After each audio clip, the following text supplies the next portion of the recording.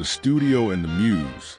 The morning sun slanted through the tall windows of the New Rochelle estate, spilling golden light across the polished wooden floor. The scent of oil paints lingered in the air, mingling with the crisp autumn breeze that drifted through the slightly open window. Inside the grand studio, brushes of all sizes lay scattered on a nearby table, their bristles stained with the deep, rich colors that J.C. Leyendecker favored. Seated before a vast canvas, Leyendecker's hand moved with effortless precision.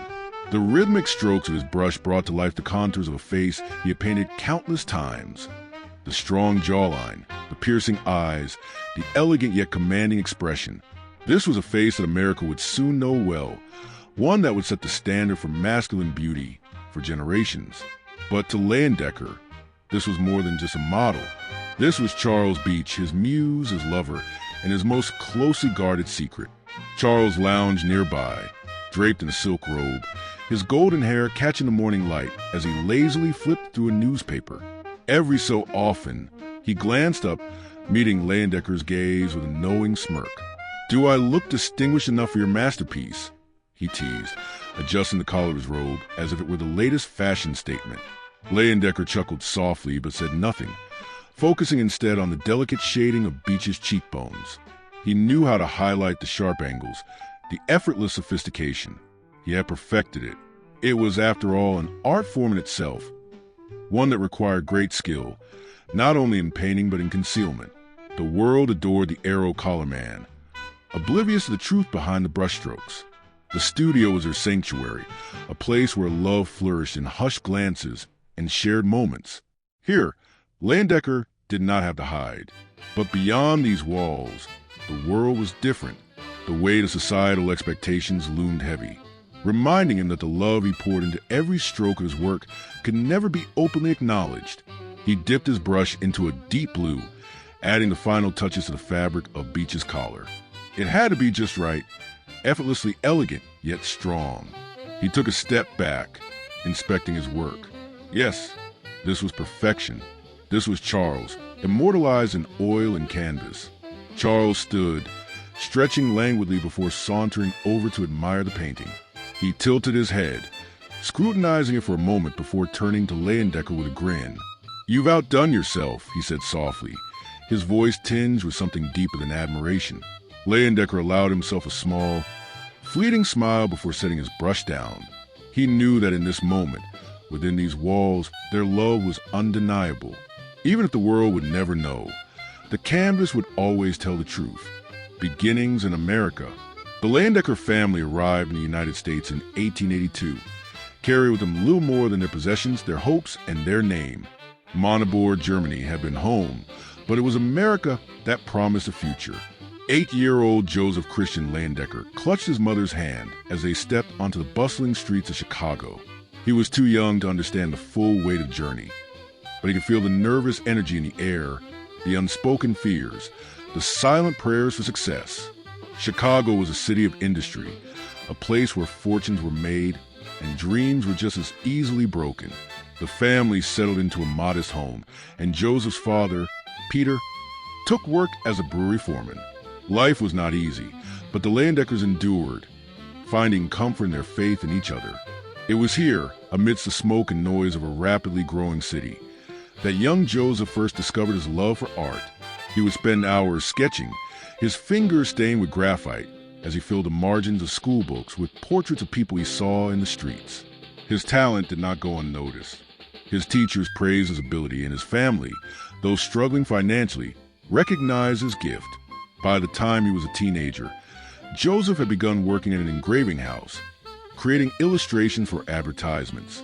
It was tedious work, but it was experience, valuable experience that would shape his future. His younger brother, Francis Xavier, showed promise as well, and the two became an inseparable artistic duo. In 1896, opportunity knocked in the form of a scholarship to the Académie Julian in Paris. The very idea of studying in France, the artistic capital of the world, was exhilarating. Paris meant possibility, refinement, exposure to the greatest artists of the time. It was everything a young illustrator could dream of. And so, With determination in his heart and a suitcase full of sketches, Joseph Christian Leyendecker sets sail once more, this time to claim his place in the world of art. Paris and the birth of a vision. The city of Paris was alive with artistry, a dazzling mecca for creatives from around the world.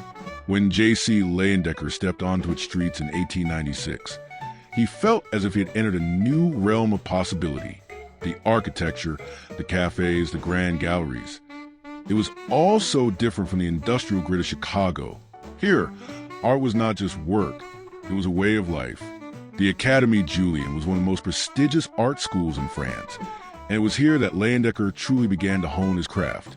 He was surrounded by ambitious painters, sculptors, and illustrators, all striving to capture beauty on canvas. The French masters taught him technique, precision, and the importance of storytelling within an image. It was also in Paris that Leyendecker first encountered the aesthetic movements that would shape his signature style. The flowing elegance of Art Nouveau, the bold confidence of Belle Époque posters. These influences merged with his own meticulous attention to form and detail. But Paris was more than just a place of artistic growth. It was a place of personal awakening. In the dim glow of Parisian salons and bohemian gatherings, he found a world that existed in secret. A community of men like himself. In the quiet corners of the city, he experienced a freedom he had never known in America, an unspoken understanding among those who moved carefully through society, bound by the same hidden desires. Though he remained discreet, Leyendecker's work began to reflect a certain knowing elegance, a refinement that suggested more than it said outright. Every carefully composed portrait, every sculpted male figure, every lingering gaze, it all spoke of something deeper, something personal. The seeds of the arrow collar man had been planted long before America would ever see his face. By the time Leyendecker returned to the United States, he was no longer just an artist. He was a visionary. He carried within the spirit of Paris, the discipline of the Academy, and the secret knowledge of a love that could only exist in glances and brushstrokes. Now, it was time to bring his vision to life. The rise of an icon. J.C. Leyendecker's return to America marked the beginning of a new era, one where his vision would reshape the world of illustration. His style, refined in Paris and infused with an unmistakable elegance, quickly caught the attention of publishers and advertisers alike. His illustrations exuded a polished sophistication, setting a new standard for commercial art. He secured his first major commission with the Saturday Evening Post, where his distinctive covers would become legendary. At the same time, he revolutionized advertising, particularly with his work for Cluett, Peabody and Company. It was here that the arrow collar man was born, an icon of masculinity, class, and aspiration. With each illustration, Leyendecker not only sold shirts, but also a lifestyle, one that captivated the American public and cemented his reputation as a premier illustrator of his time. As demand for his work grew, so did his influence. Yet, behind the success lay the silent truth of his love for Charles Beach, the man whose face had become synonymous with perfection. Leyendecker had mastered the art of concealment, ensuring that his legacy would live on in the strokes of his brush and the elegance of his designs. Chapter 5. The Golden Age of Illustration. The early 20th century was a time of transformation, not only in America, but across the globe. As the Industrial Revolution reached its peak, the world began to embrace a new era. And within this changing landscape, J.C. Leyendecker emerged as one of the most influential artists of his time, leading a revolution in commercial art that would come to define the golden age of illustration. The world was beginning to look at advertisements in a new light. Gone were the days of simple utilitarian ads. Now, illustrations became an art form in their own right. Companies, eager to capture the attention of a growing consumer market, sought out artists who could create striking images that both sold products and captured the imagination. Leyendecker was the master of this new visual language. By the time he reached his artistic peak, Leyendecker's work adorned the covers of the Saturday Evening Post, the most popular magazine of its time. His illustrations captured the spirit of American life in ways few could. With his meticulous attention to detail, striking compositions, and ability to evoke emotion through color and form, Leyendecker's art told stories beyond the products he was advertising. Perhaps most iconic of these stories was the creation of the arrow collar man. With his strong jawline, chiseled features, and confident air, the Arrow Collar Man was more than just a product model. He was a symbol. He represented the idealized masculinity of the time, handsome, poised, and almost unattainably perfect. His presence in the ads did more than sell shirts. He sold an image of class, sophistication, and power. It was an image that would captivate the American public for decades. But the Arrow Collar Man was not just a faceless figure in the world of advertising. He had a very real inspiration behind him. Charles Beach, Leyendecker's lover and muse. Charles's face and presence were immortalized in over 300 illustrations that span across more than 4 decades. Their love, though hidden from the world, was woven into every stroke of Leyendecker's brush.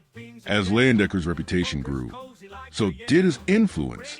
He became the highest-paid illustrator in the United States, a position that placed him in the upper echelons of the creative world.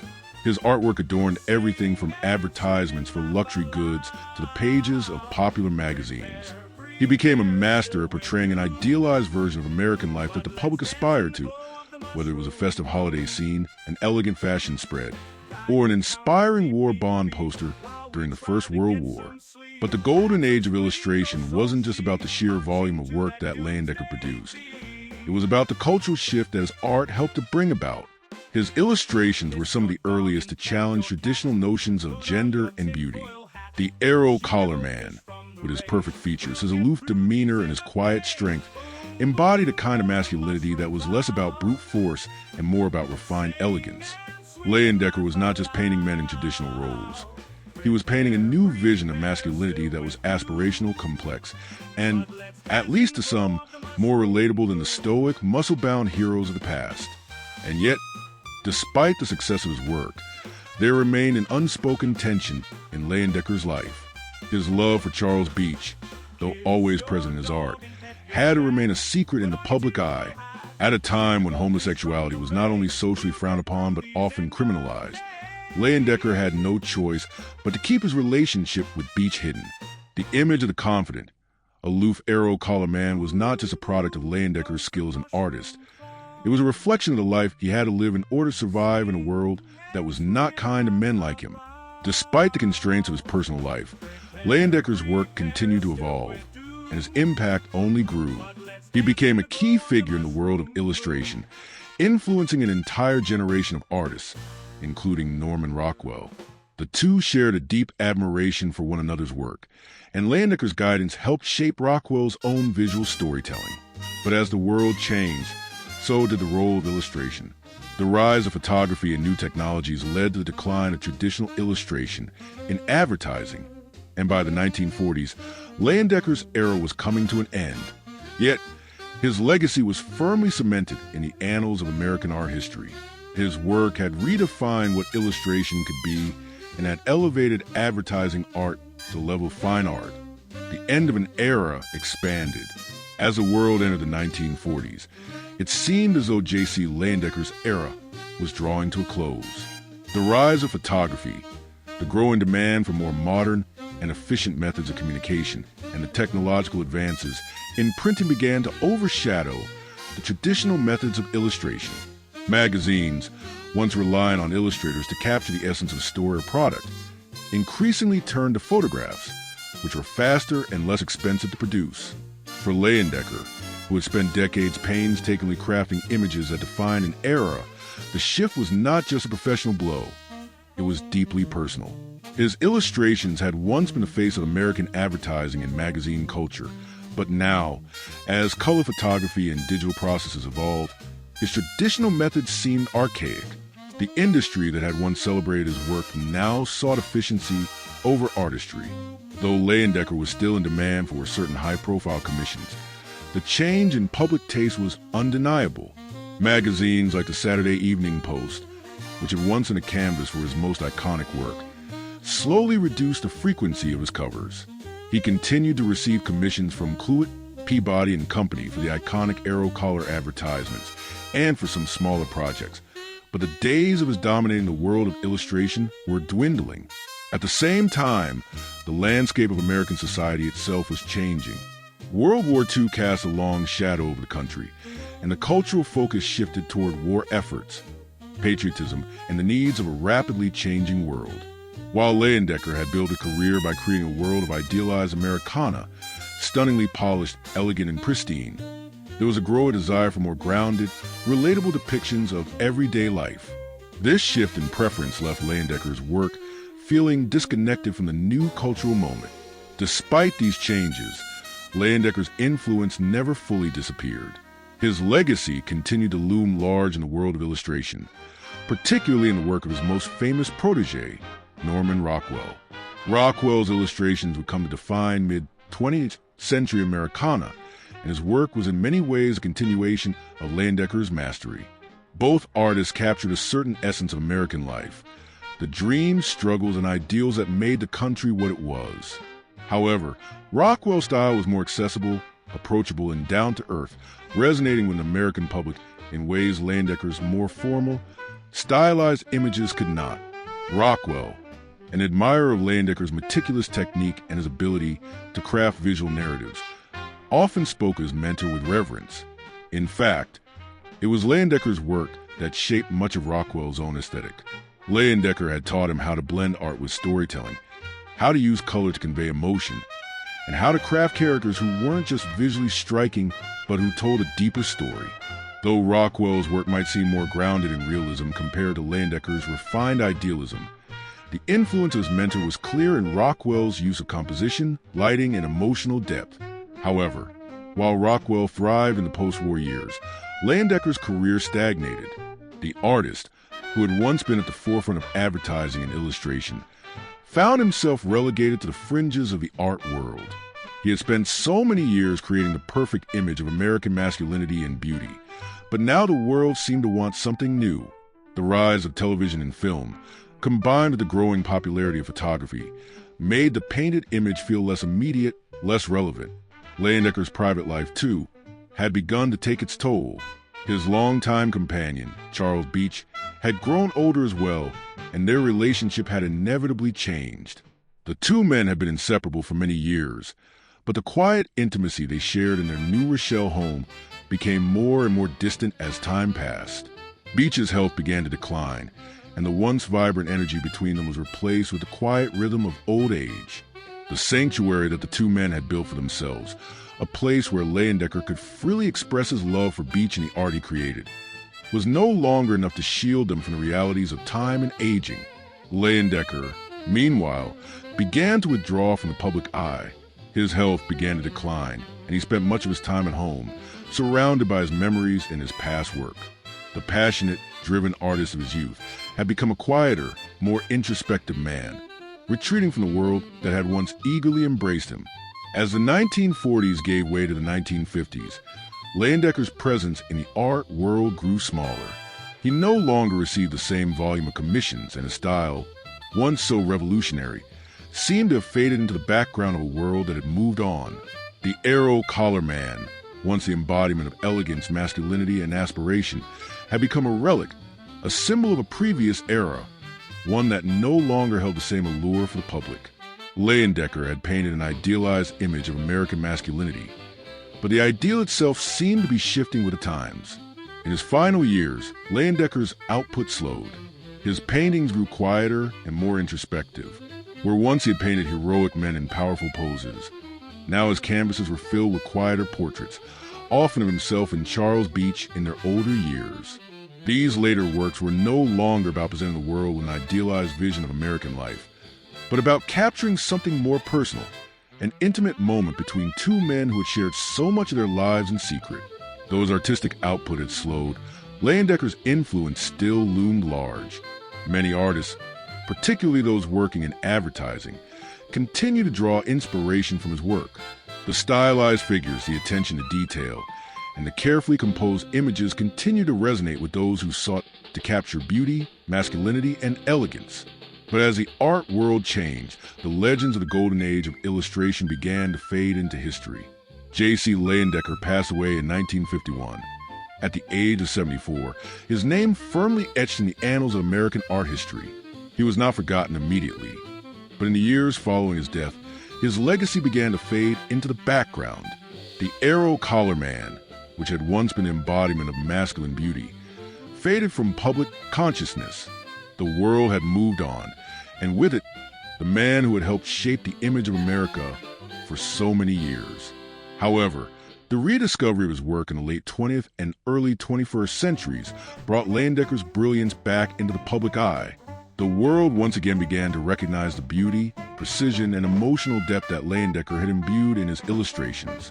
Scholars, collectors, and art enthusiasts began to appreciate the lasting impact of his work, and his contributions to the golden age of illustration were finally celebrated on the grand stage they had long deserved. J.C. Leyendecker's legacy, though perhaps overshadowed in his later years by the rise of new media and technologies, had endured. The arrow collar man remained an enduring symbol of a time when art had the power to shape culture, and Leyendecker himself remained one of the foremost figures in the history of American illustration. Love in the shadows. In a world that demanded silence from those who didn't fit its narrow definitions of love, J.C. Leyendecker's relationship with Charles Beach was a quiet rebellion. Behind the glossy surfaces of advertisements and magazine covers, the two men shared an unspoken bond, a connection that only those closest to them could truly understand. Their love was lived out not in public displays of affection, but through the brushstrokes of art, where Charles's face was immortalized as the ideal of masculinity in the form of the arrow collar man. In the early 20th century, homosexuality was not only unspoken, but considered taboo. The consequences of revealing such a relationship were severe: social ostracism, loss of career, and worse. For Leyendecker, who lived during a time when being openly gay could cost a man everything, his private relationship with Charles Beach was not just a love affair, but a quiet survival strategy. They found ways to communicate their affection within the confines of societal expectations, through subtle glances and hidden symbols. Their bond, however, wasn't entirely hidden. Beach, who had modeled for Leyendecker's most iconic illustrations, was not just a muse, but also his lover. The iconic arrow collar man was, in many ways, a reflection of their relationship. Beach was a model for the man who personified style, class, and a certain aloofness. While the public saw a handsome figure of masculine perfection, only those close to Leyendecker knew the true depth of their connection. Behind closed doors, in the warmth of the New Rochelle estate, Leyendecker and Beach's relationship unfolded in ways that transcended the professional and entered the realm of the personal and profound. Yet, there were consequences to this closeness. Leyendecker's sexuality was never fully acknowledged in public, and for much of his life, his art and persona had to remain insulated from the truth of his personal life, in private letters and within the confines of his studio. However, his relationship with Beach was one of unspoken understanding, a constant, enduring presence. It was within this space that Leyendecker found freedom to express his feelings through the portraits and illustrations that became so much a part of America's visual identity. Despite the secrecy, their relationship remained a cornerstone of Leyendecker's artistic legacy. Though the broader public may have seen the arrow collar man as just an advertising icon, for those who knew the artist's private life, it became a subtle symbol of a love that could never be fully realized in the public sphere. Leyendecker's own portrayal of Beach in his art was a bold act of defiance in a world that demanded conformity. It became a quiet reclamation of their love, woven into the very fabric of American pop culture, forever tied to the imagery of the early 20th century. The trajectory of their relationship was complex, and as Leyendecker's fame grew, so did the challenges they faced. Beach, though often seen as a subject of Leyendecker's works, played an indispensable role in his life and career. While the artist was celebrated for his work, there was no public acknowledgement of the depth of his personal life. Leyendecker's sister, Augusta, would later burn his personal papers in an attempt to erase his history, but the images he created would live on. In the art world, his legacy was secure. His work would continue to inspire future generations of artists, illustrators, and creatives. However, as the world began to change, so too did the understanding of relationships like theirs. Today, J.C. Leyendecker and Charles Beach are recognized not only for their contributions to art, but also for their place in the history of LGBTQ+ relationships. Their quiet defiance, their love expressed through brushstrokes of art, became a subtle but enduring symbol for future generations of LGBTQ+ individuals. They represented a time when love had been hidden, but was never less meaningful or real. Through the lens of history, their relationship is seen not just as one of art, but as an act of courage. Their love was a quiet revolution that paved the way for more open expressions of same-sex love in future generations. J.C. Leyendecker's legacy is intertwined with the history of LGBTQ plus visibility. His art acting as a mirror for a world that wasn't ready to embrace all forms of love. In the silence between the lines of his illustrations, in the subtle inclusion of his lover in his works, Leyendecker carved out a space for love that would one day be recognized not as a secret, but as an essential part of the artistic and cultural fabric. As the years passed, Leyendecker's story became a cornerstone of the LGBTQ plus community's ongoing fight for recognition and equality. His art, once a tool for corporate America, transformed into a beacon for those who fought for visibility and acceptance. The story of J.C. Leyendecker and Charles Beach became more than just a personal history. It became a symbol of resilience, love, and the slow, steady march toward equality in an ever-changing world. A legacy beyond the shadows. As the world continues to evolve, so too does our understanding of love, identity, and history. The story of J.C. Leyendecker and Charles Beach may have been hidden in plain sight for much of the 20th century, but today, their story stands as a testament to the quiet power of love and resilience in the face of societal expectations. For so long, their love was expressed through art, through brushstrokes that captured not only the ideal of masculinity, but also the unspoken bond between two people who refused to be defined by the constraints of their time. J.C. Leyendecker, in his genius, was able to use his craft to tell the stories that couldn't be told aloud, creating a world where love could live on even when it had to be concealed. Today, we celebrate not just the artistry of Leyendecker, but also the legacy he left behind in reshaping the narrative around LGBTQ plus love in his work. He gave us more than just advertisements. He gave us a glimpse into a life that was once veiled in silence. He showed us that love, no matter who it's between, deserves to be seen and remembered. Leyendecker and Beach's story isn't just a part of art history. It's a part of LGBTQ plus history, a reminder that the fight for love, equality, and visibility is ongoing. Every time we share stories like theirs, we chip away at the stigma and shame that have too long been tied to our identities. Every time we shine a light on those who lived, loved, and created under difficult circumstances, we honor their courage and resilience. To all of you watching, whether you're part of the LGBTQ plus community or an ally, remember that your story matters. No matter who you love or how you identify, your love is valid. You are part of a rich, diverse, and powerful legacy of people who have fought for the right to love and be loved in return. We're here because of those who came before us, artists, activists, lovers, fighters, who risked everything to ensure that we could live openly and authentically. J.C. Leyendecker and Charles Beach may have loved in the shadows, but their love and their art will forever shine brightly. Thank you for joining us today for this special chapter in LGBTQ plus history. If you found inspiration in this story, don't forget to like, share, and subscribe to LGBTQ plus Storytime, where we continue to celebrate the love, resilience, and history of our community. Remember, your story is just as important, and we can't wait to share it with the world. Until next time, keep living your truth and always embrace the love that makes you, you.